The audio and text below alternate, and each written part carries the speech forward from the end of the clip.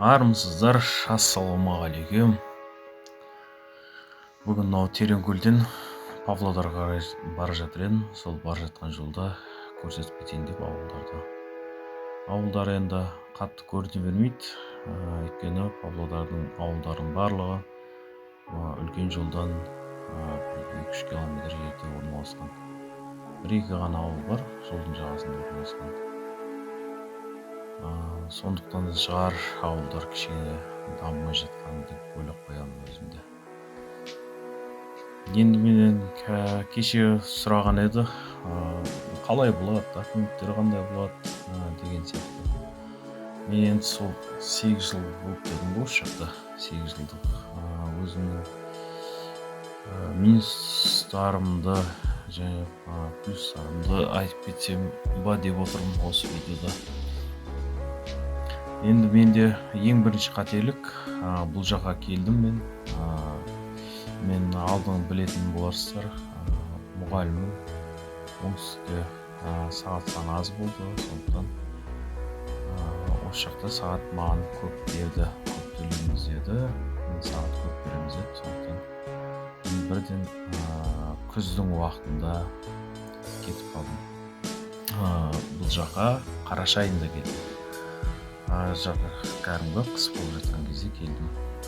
Ол қателіктің біріне жатады деп ойлаймын, өйткені бұл жаққа жаздың уақытында кәдімгі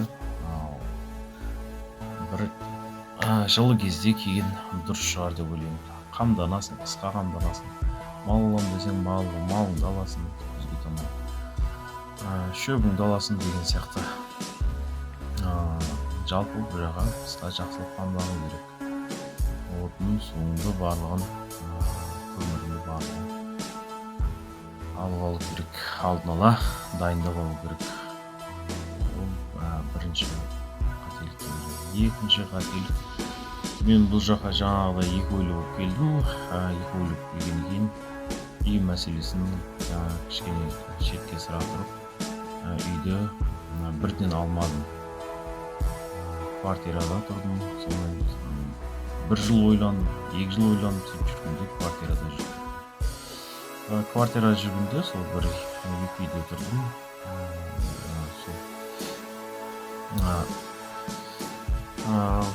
Айына төлеп тұрдым, жылына келісіп төледім. Сөйттім де сөйтіп жүргенде 2 жыл өтіп кетті. Сонымен тағы 2 жылдан кейін қайтамын ғой деп жүре бердім. Негізі үйді сәл жан-жағына қарап, тұруға болады ау дегеннен кейін алып алған дұрыс шығар. Мен оның үстіне жаста болған шығармын, одан кейін мен осы жаққа келген кезде оңтүстіктен келгендердің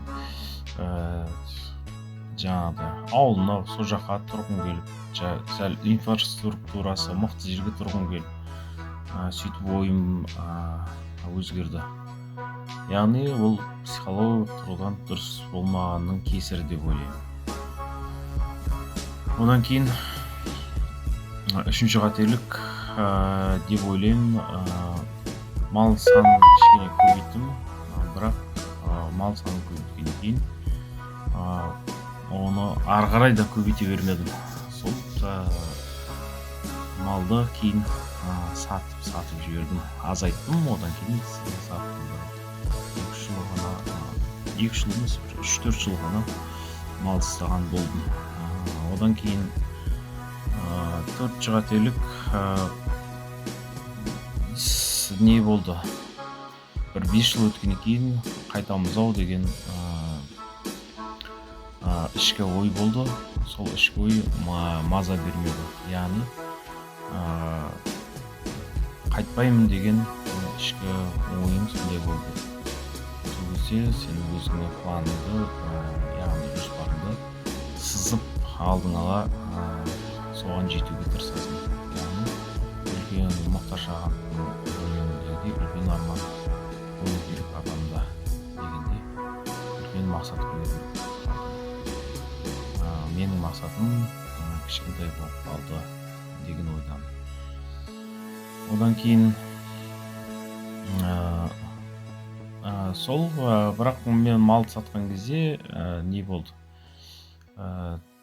Шымкенттен үй алдым, сол кезде саттым дегенде. Енді сол кезде азайды.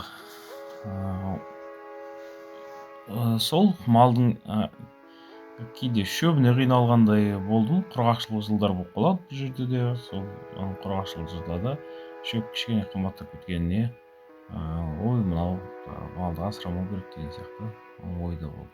Негізі өзінің техникаң болса өте жақсы сияқты. Солай шөпті алғанға.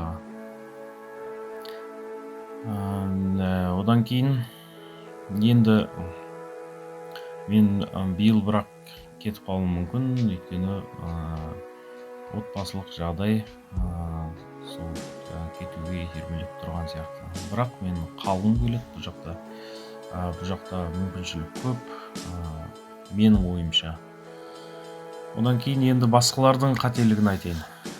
Басқалардың қателігі сол жұмысты ойластырмай келген, одан кейін келгеннен кейін мақсаты жоқ болып, мен бұндай жерде тұра алмаймын, мен бір қалада өмір бойы ата бабасынан қалада тұрған адамдар сияқты солай қалада тұрғым керек, от жаға алмаймын дегендер болды. Енді үйрен де жирен дейді, бәрін үйреніп алуға болады. Мен де өзім өмірімде мал асырамаған, 70 сыныбынан бастап қалада оқыған, сондай болдым. Келіп енді істедім. Енді мына ауыл, осы ауыл, жолдың жағасында Достық деген ауыл, бір Павлодардан 60 километр жерде. Яғни осындай үлкен ауылдар бар. Бұл жерде негізі Павлодарға жақындаған сайын үлкен ауылдар бар. Үлкен ауылдардың видеоға қарап отырыңыздар. Ауылдарды осылай мына камерадан көрсетіп кетемін, өйткені міне малдарды шығып жатыр. Енді документ жағы, ол документ жұмыспен қамтуға байланысты. Жұмыспен қамтуға келіп сұрайсыздар, осы жерде айтады, барлығын түсіндіреді, көмектің барлығын береді. Мен келген кезде сол қыс ауасында бір телешка отынды, 2 тонна көмірімді, одан алдым 7 тоннаға көмірге жіберген екен. Сондай болған екен, солардың барлығын берді. Жалпы жақсы көзқараста болды. Ауылдың барлығы орыстан кеткен, немесе орыстар болса, солардың барлығы жақсы көзқараста болды. Мына ауыл осы үлкен ауыл, осы ауылда жолдың жағасында ауылдардың бірі. Енді одан кейін менің атымнан осындай басқа ауылдастарым келді, оңтүстіктегі ауылдастарым келді. Осындай осы тұрған жерге барып тұрайық деген мен айттым оларға. Басқа жерді көріңіздер, мен сіздерді келіңіздер деп бірден шақырмаймын, осы өзім ауылыма. Басқа жерді көріңіздер деген едім. Жоқ, сенің ауылыңа барамыз. Енді көпшіліктен естіген болар, осындай ауыл көшіп кетті, содан кейін жақсы болып кетті деген сияқты. Енді содан кейін солай барамыз деген шығар. Енді келіп кетіп жатқандар да болды. Енді әркімнің көзқарасы әртүрлі. Тіпті масаға шыдай алмай қайтып кеткендер де болды. Яғни масаға аллергиясы бар еді, сондай. Сөйтіп қайтып кеткендер болды. Табиғат ұнамады деген сияқты. 40 желеу дей ма, 40 сылтаумен солай қайтып кетті. Қуғанға бір жол, қашқанға 1000 жол деген сияқты. Қанша түрлі психологиялық тұрғыдан нең болмаса, өзіңнің жоспарың барлығы болмаса, психолог тұрғыдан өзің сөйтіп түрлі желеулерді сала бересің. Сондай жалпы осы ертістің бойындағы ауылдар картошка егумен, сәбіз егумен айналысады. Енді мынау ерте көктем болғандықтан бұл жерде көрініп тұрған жоқ, әлі қимылдаған жоқ та. Міне баздар бар, осылай үлкен складтар бар. Жалпы сондай, енді жақсы жағы бұл жерде жұмыс орны, қосымша мүмкіндіктер барлығы болады. Енді сол жұмыспен қамтуға барсаңыз, барлығын айтады. Сол сол кезде сұрап алу керек барлығын. Өзіңіз келіп аралаған дұрыс, негізі аралап, жан-жақтың барлығын көріп, мен мына видеоны түсіріп отқан себебім, айтып отқан себебім, сіздерге кішкене көмек болсын деген ойдамын. Осы жерге барып көрсем қалай болады, мына жерге барып көрсем қалай болады деген кезде сіздерде бір визуализация болсын деген ойда түсіріп жатырмын. Каналды қолдап кетіңіздер, лайк басып кетіңіздер, қоңырауын басып қойыңыздар. Алда түсіремін әлі де, осы жақта қай жерге барамын, барлығын түсіріп отырамын. Менің ойыма бұл ой кеш келіпті. Бұндай ой ертерек келгенде көптеген видеолар түсіретін едім. Жалпы осындай несі Омскке баратын жол бұл. Омскке баратқанда Тереңкөл ауданы 100 км жерде орналасқан. Жолы тегіс. Мынау неге нет, анау платный дорога дейді ғой. Сол жол мынау. Сондай жолға қосылған Қазавтожолдың несінде қарамағына кірген жол. Яғни жөндеу көреді деген сөз. Одан кейін бұл жерге келген кезде мен алдыңғы видеоларда да бір түсіргенмін. Енді барлығын өзім жасап жатқан нәрсе емес, теплица істегендердің барлығы менің осы жердегі туыстарымның, ағайындарымның, немесе ауылдастарымның, оңтүстіктен келген ауылдастарымның тірліктері. Барлығына еңбек етсең ерінбей, тояға тығарың тіленбей деген сияқты барлығын істеуге болады. Қолыңнан аяқ қолың сау болса, қолың бүтін болса, істеуге болады. Кейде бір аузыма түс дей ма, қазан піс аузыма түс дегендей, тек бұл шаға келсем барлығы бола беру керек деген сияқты ойда келетін адамдар да болды. Енді ойымыз сәйкес келмейді да, енді менің ойымша сондай болды. Тек бола беру керек, жаңағыдай акимат барлығына көмектесу беру керек деген сияқты ойда келген-ау деп ойладым өзім. Тек әрекеттену керек, мүмкіндіктер оңтүстіктен қарағанда көбірек болғандықтан сол ғана бұл жақтың артықшылығы. Мына ауыл енді, осы ауыл 20 км Павлодардан орналасқан. Осы ауылдың үлкен ауыл өзі. Яғни Павлодарға жақындаған сайын үлкен ауылдар көбейе береді. Біздің ауылдар кішкентай ауылдар. Бұрын үлкен болған, кейін қаладан алшақ болған екен. Барлығы кетіп қалған. Содан кейін кішкентай ауыл болып қалған.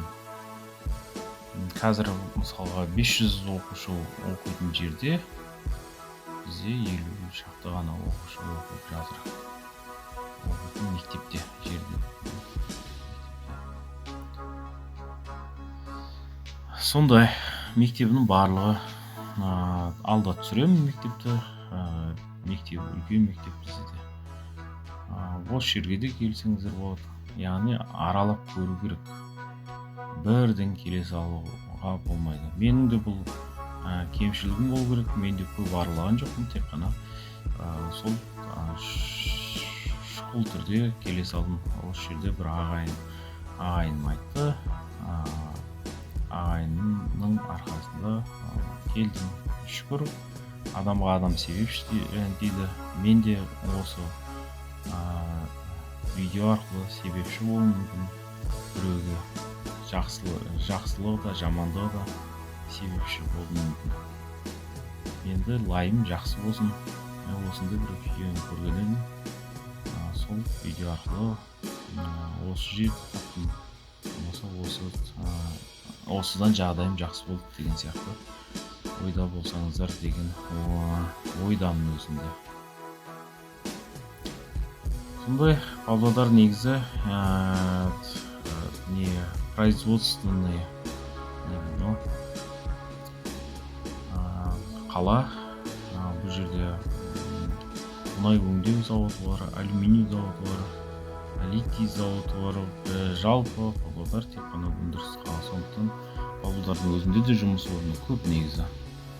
Енді ауыл мен қаланың айырмашылығы, бұл жерде ауылда жаңағы биыл мемлекеттік қолдаулардың барлығын 7 миллион қолдау деген сияқты қолдаулардың барлығын ала аласыз. Қаладан ала аласыз, или аламайсыз, негізі аламайсыз. Сондай мынау Павлодардың кіреберісі, енді кіреберіс болғандықтан пригород дейді. Пригородтың барлығында осындай елді мекен болады. Мен рульде бір өзім келе жаттым, сондықтан жан жағымды бұлай анықтап түсіруге шамам келмеді. Ол жағын кешіріп қоясыздар. Келесіздер дұрыстап түсірермін тағы болып жатса. Одан кейін Павлодардың өзіме де ұнайды негізі. Павлодар кішкентай ғана қала, шағын ғана, 350-400 мың халқы бар қала. Барлығы зауытта жаңағы істейді, халқының жағдайы жақсы. Осындай қалада тұрғым келеді негізі, үлкен мегаполистерден көрі. Өйткені пробка өмірінің біраз жерін алып қояды. Енді амал жоқ, біз қайтып оңтүстікке ораламыз, өйткені өзіміздің туған жеріміз, туып өскен жеріміз, қашанда ыстық. Ағайын бар деген сияқты, әке-шешеміз бар, тума туысымыз бар.